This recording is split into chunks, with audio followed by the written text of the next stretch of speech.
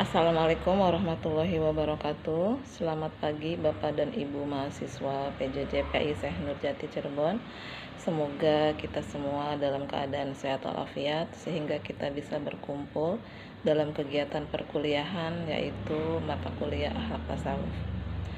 Sebelum pembelajaran dimulai, marilah kita bersama-sama berdoa terlebih dahulu.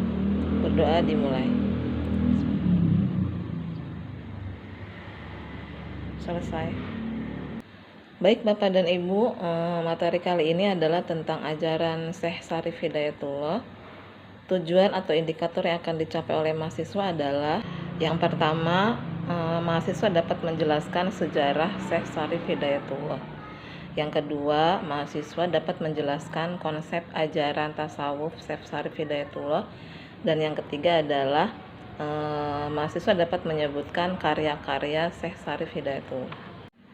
Baik Bapak dan Ibu, selanjutnya saya akan memberikan pelajaran yang pertama, yaitu tentang sejarah Syekh Syarif Hidayatullah.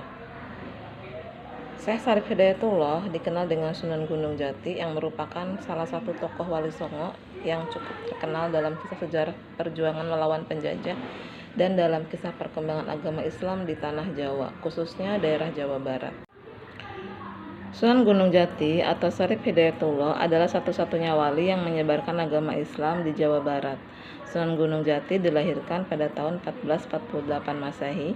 Ayahnya adalah Syarif Abdullah bin Nur Alam bin Jamaluddin Akbar, yang merupakan seorang mubalik dan musyafir besar dari Gujarat, India, yang sangat dikenal sebagai Syekh Maulana Akbar bagi kaum sufi di tanah air, yang silsilahnya juga sampai kepada Rasulullah SAW melalui cucunya Imam Husain. Sedangkan ibu Sunan Gunung Jati adalah Nyai Rara Santang Syarifah Mudaim, yaitu putri dari Sri Baduga Braja Prabu Siliwangi dari Nyai Subang Larang, dan merupakan adik dari Kian Santang atau Pangeran Walangsungsang yang bergelar Cakrabuana atau Cakrabumi.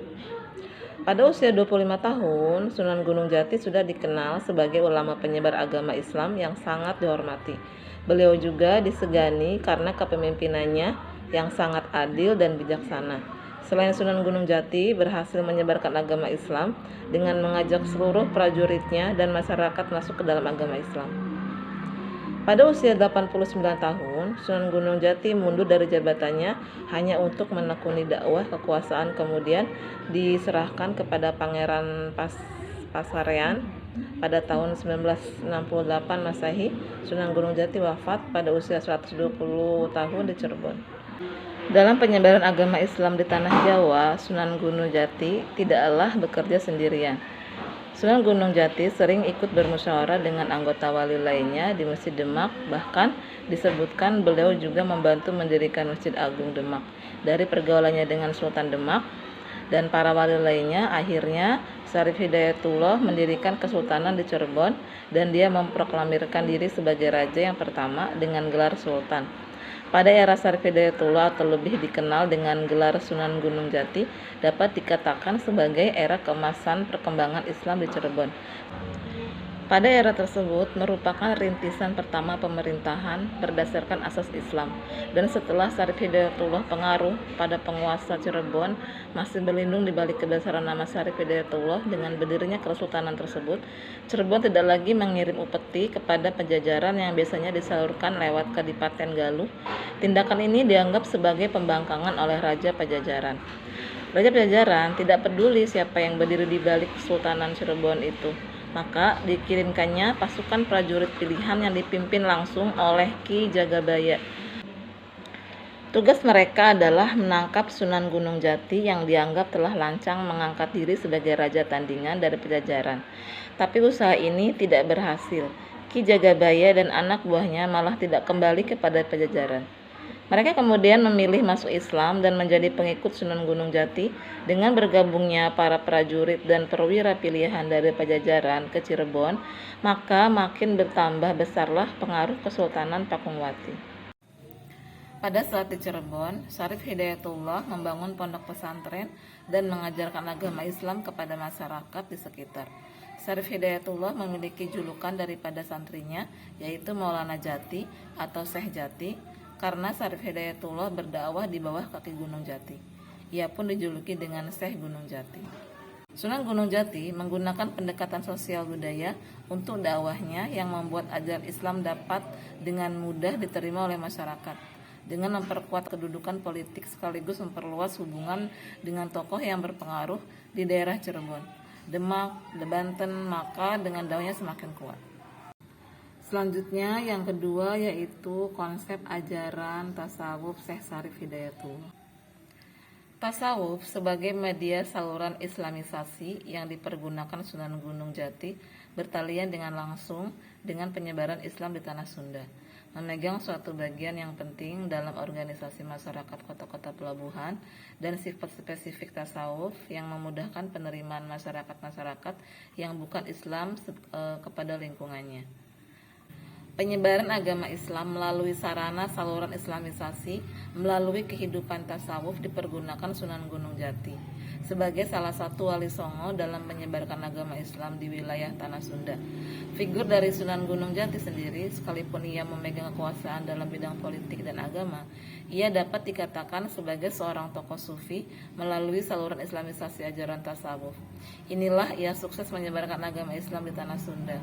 Sunan Gunung Jati mengajarkan nilai ketakwaan dan keyakinan, kedisiplinan, kearifan dan kebijakan, kesopanan dan tata krama, dan kehidupan sosial. Selanjutnya adalah karya-karya atau peninggalan sejarah Syekh Syarif Hidayatullah. Yang pertama adalah Masjid Agung Sang Cipta Rasa. Masjid Agung Sang Cipta Rasa dibangun pada zaman Sunan Gunung Jati tahun 1489 Masehi. Saat itu Sunan Gunung Jati dan Raden sempat ditugaskan untuk menjadi arsitektur dalam pendirian Masjid 1.500 pekerja dari Majapahit, Demak, dan Cirebon dikerahkan untuk menyelesaikan pembangunan yang konon dikerjakan hanya dalam waktu semalam. Selanjutnya adalah gamelan. Ada satu set gamelan yang menjadi salah satu peninggalan Sunan Gunung Jati yang digunakan sebagai media dakwah. Dalam satu set gamelan tersebut ada 3 gong, saron, serta bonang. Gamelan tersebut terdapat di Museum Pusaka Keraton Kesepuhan yang ada di Cirebon. Set gamelan ini merupakan hadiah dari Sultan Trenggono pada abad ke-15 Masehi. Yang kedua adalah naskah kuno. Naskah ini ditulis oleh Sunan Gunung Jati yang tersimpan di Kesultanan Cirebon. Banyak mahasiswa yang mempelajari naskah ini sebagai bahan penelitiannya. Jumlah naskah-naskah kuno ini ada ratusan, hanya ada beberapa saja yang sudah diterjemahkan. Sunan Gunung Jati semasa hidupnya telah banyak memiliki kontribusi dalam hal pembangunan seperti dalam bidang arsitektur yang mencakup banyak, yaitu yang pertama adalah keraton. Sunan Gunung Jati meninggalkan sebuah bangunan istana yang memiliki nilai sejarah dan kebudayaan yang tinggi. Keraton peninggalannya tersebut terdiri atas Dalem Agung Pakem Wati yang semasa hidupnya dijadikan istana yang dibangun pada tahun 1425 Masehi. Bangunan ini terdiri dari beberapa buah bangunan yang umumnya tidak berdinding, antara lain bangunan Pandawa 5 yang bertiang 5 yang melambangkan 5 rukun Islam. Dikatakan tempat ini merupakan tempat berkumpulnya para pengawal sultan. Selain itu ada juga Semar Kenandu, yaitu sebuah bangunan bertiang 2 buah yang melambangkan syahadat. Tempat ini merupakan tempat duduk para penasihat sultan. Malang Semirang, yaitu bangunan yang terletak di samping Semar Kenandu.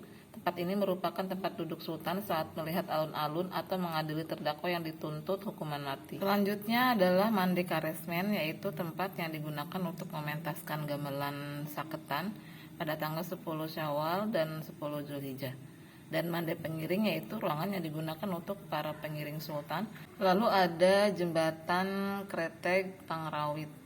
Jembatan ini di atas saluran air yang bernama Sepadu, yang merupakan batas antara masyarakat umum dengan penghuni keraton. Jembatan tersebut memiliki makna, yaitu orang yang masuk ke keraton harus mempunyai tujuan yang baik, sebagaimana yang dimaksud dengan pangrawit yang dalam bahasa Jawa berarti lembut dan penuh perasaan. Dan masih banyak lagi peninggalan-peninggalan bersejarah atau karya-karya dari Syekh Syarif Hidayatullah. Mungkin itu saja materi yang bisa saya sampaikan tentang ajaran Syekh Syarif Hidayatullah atau Sunan Gunung Jati. Kita tutup dengan doa tahiyatul masjid. Bismillahirrahmanirrahim. Subhanakallahumma bihamdika asyhadu an la ilaha illa anta astaghfiruka wa atubu ilaik. Mohon maaf atas segala kurangan. Billahi taufiq wal hidayah. Wassalamualaikum warahmatullahi wabarakatuh.